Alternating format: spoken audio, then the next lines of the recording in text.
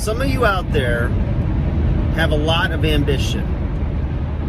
You start one thing, then something goes a little sideways, you move on to another thing, and before you know it, you have got a laundry list of half accomplishments.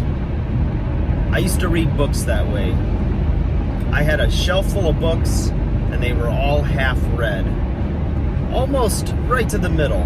You'd see bookmarks in every one of them. I quit every job as I was an adolescent, a teen, just as I was getting started. As soon as I hit adversity, I just stopped. Well, if you're like that, or if you know someone that's like that, I'm going to show you how I got out of it and how you can get out of that rut too. Subscribe. Click it.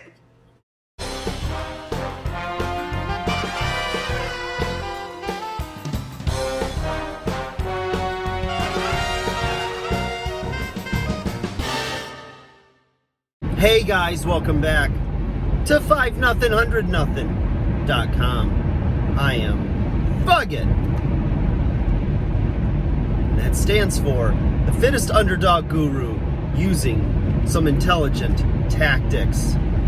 Alright guys, starting, stopping, course correction, not even course correction. You completely got off the highway. You took an exit and you wandered until you saw a smooth road, and you got on that smooth road, you went down a couple miles, all of a sudden you saw traffic was slowing down a little bit, so you got off, took another detour, took it down, hit a little bumpy patch. I didn't plan that.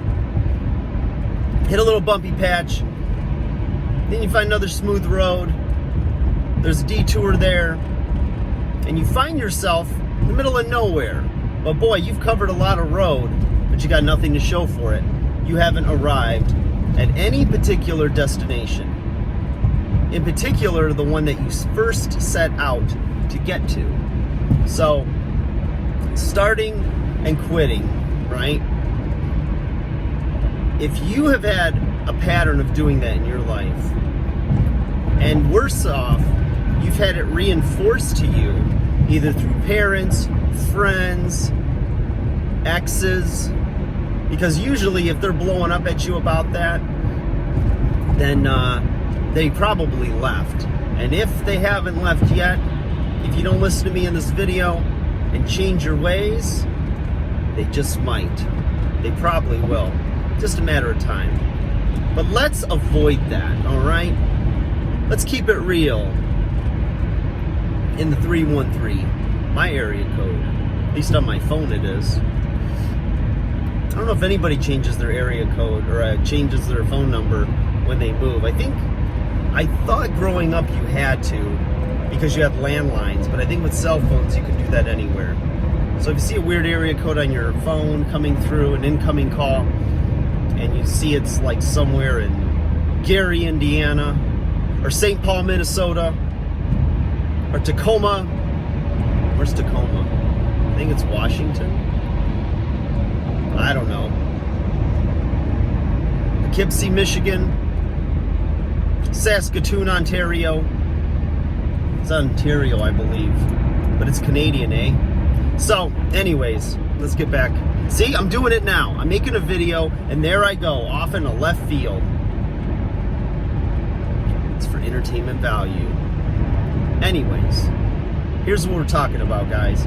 You've got a list of things that you started and stopped. If you sit down and think about it, that you were going to do this, you were going to do that, but you continue to bail, right? Now, I don't know what story you told yourself, because you can find every reason in the book to fail. But the good news is you can find every reason in the book to succeed, okay? And there's something that comes with toiling and hustling and grinding and climbing and clawing and kicking and screaming that you can't replace when you get the sweet taste of success.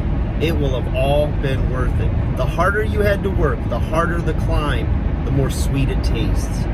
So, you know, you go through things and you're trying to figure out, hopefully you're just owning the blame yourself. Don't blame others. Quit pointing the finger and look in the mirror and say, okay, what am I doing? What is it? What is the common reoccurring theme when I quit? It's usually when it gets hard, right? What's the old saying? When the going gets tough, the tough get going, right? Well, that's something you have to think about, because you want to get going in the right direction. You don't want to get going meaning hightail and quit. So think about, before you take your next big step, right? Before you change courses, course correction, or a change in course, you have a change of heart in something you want to do. Think about those patterns that you have and really count the cost as much as you can. Obviously, you're not going to be able to exactly know how much time, how much effort, energy, resources it's going to take. You can estimate though. And what I encourage you to do is don't go super big, right? Like the first book I wrote, I worked with a guy who was a higher up on the board of directors at Tyson Foods. Maybe you've heard of them. Maybe you've eaten their chicken. I had some yesterday. But he was asking me, he goes, okay, what's your goal for this book? How many do you want to sell?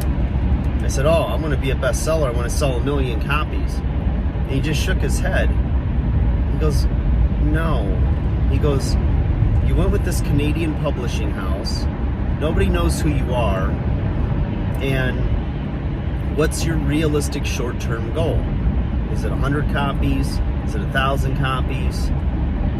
And me, being a wise young 20-nothing, said, I'm not going to limit myself and limit my horizons and my successes by shooting so low.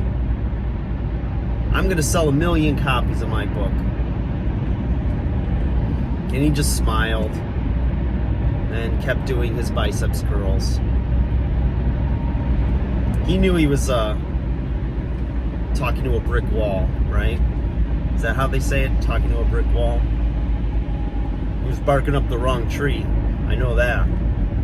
So, it just takes a little time, sometimes some lessons to just knock you down. Sometimes good mentors. I mean, when he said it, it may not have registered at the time, but a little bit of it did, right? There was a seed planted, and I slowly but surely understood what he meant.